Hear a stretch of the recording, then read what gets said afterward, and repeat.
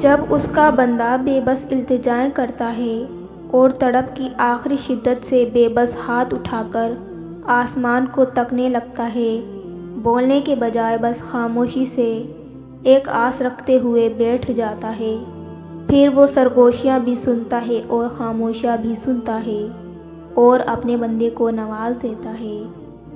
دعائیں جب نصیب کے روبرو آ کر کھڑی ہو جاتی ہیں تب کچھ بھی ناممکن نہیں رہتا۔ جیسے ہمارا رب ہمیں سجدے سے پہلے دعا کرنا سکھاتا ہے، ویسے ہی وہ ہمارے مانگنے سے پہلے ہی قبولیت کا وسیلہ بنا دیتا ہے۔ وہ اپنے منصوبوں سے گزار کر ہی ہمیں ہمارے منصوبوں تک لاتا ہے۔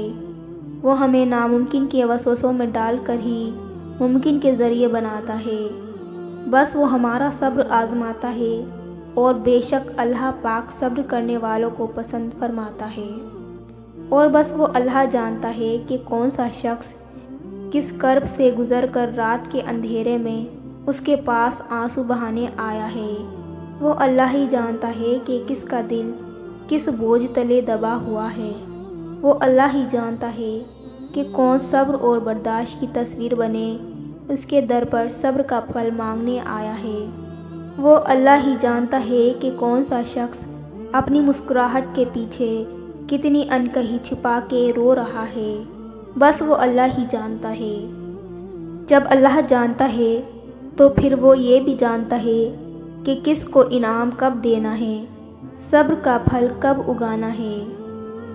انتظار کی بھی 3 صورتیں ہوتی ہیں، یا تو اللہ پاک اس لیے انتظار کروا رہا ہے کہ یہ وقت صحیح نہیں ہے تمہیں وہ چیز دینے کے لیے جو تم کب سے اللہ تعالیٰ سے مانگ رہے ہو، یا پھر وہ چیز تمہارے لیے بہتر نہیں ہے جس کا تم کب سے انتظار کر رہے ہو، یا پھر اللہ تعالیٰ کو تمہارا مانگنا بے حد پسند آ گیا ہے، اس لیے وہ چاہ رہا ہے کہ میرا بندہ مجھ سے فریاد کرتا رہے۔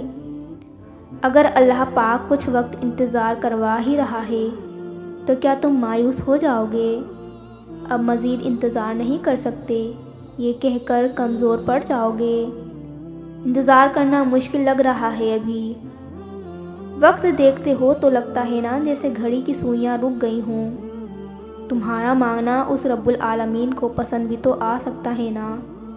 اللہ تعالیٰ جانتا ہے کہ اگر اس نے ابھی دے دیا تو تم پھر اس لگن سے اللہ تعالیٰ کو نہیں پکارو گے، اس لیے وہ چاہ رہا ہے کہ میرا بندہ مجھے پکارتا رہے۔ جب اس نے دینے سے انکار نہیں کیا تو تم بھی اسے پکارتے پکارتے کیوں تھک جاتے ہو؟ وہ رب تو بس تھوڑا انتظار کروا رہا ہے، فقط اس لیے کہ وہ تمہاری آواز بار بار سن سکے۔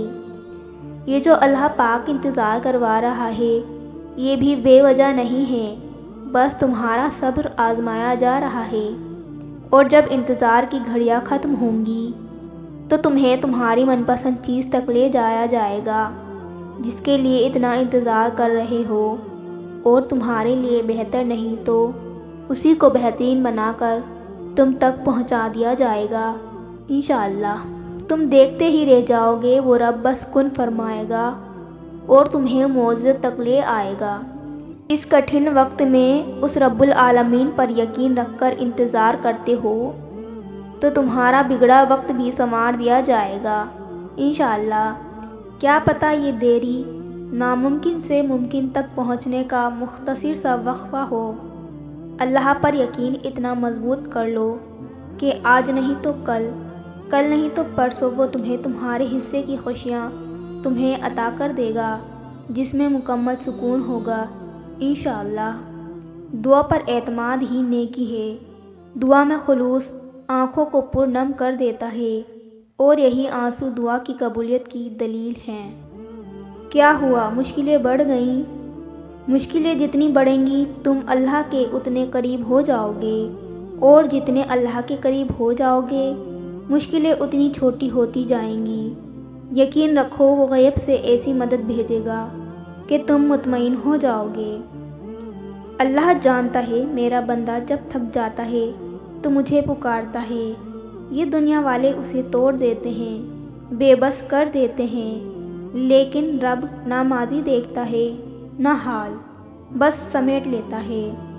اللہ کرے آپ کا اگلا آنسو خوشی کا آنسو ہو، آمین ثم آمین۔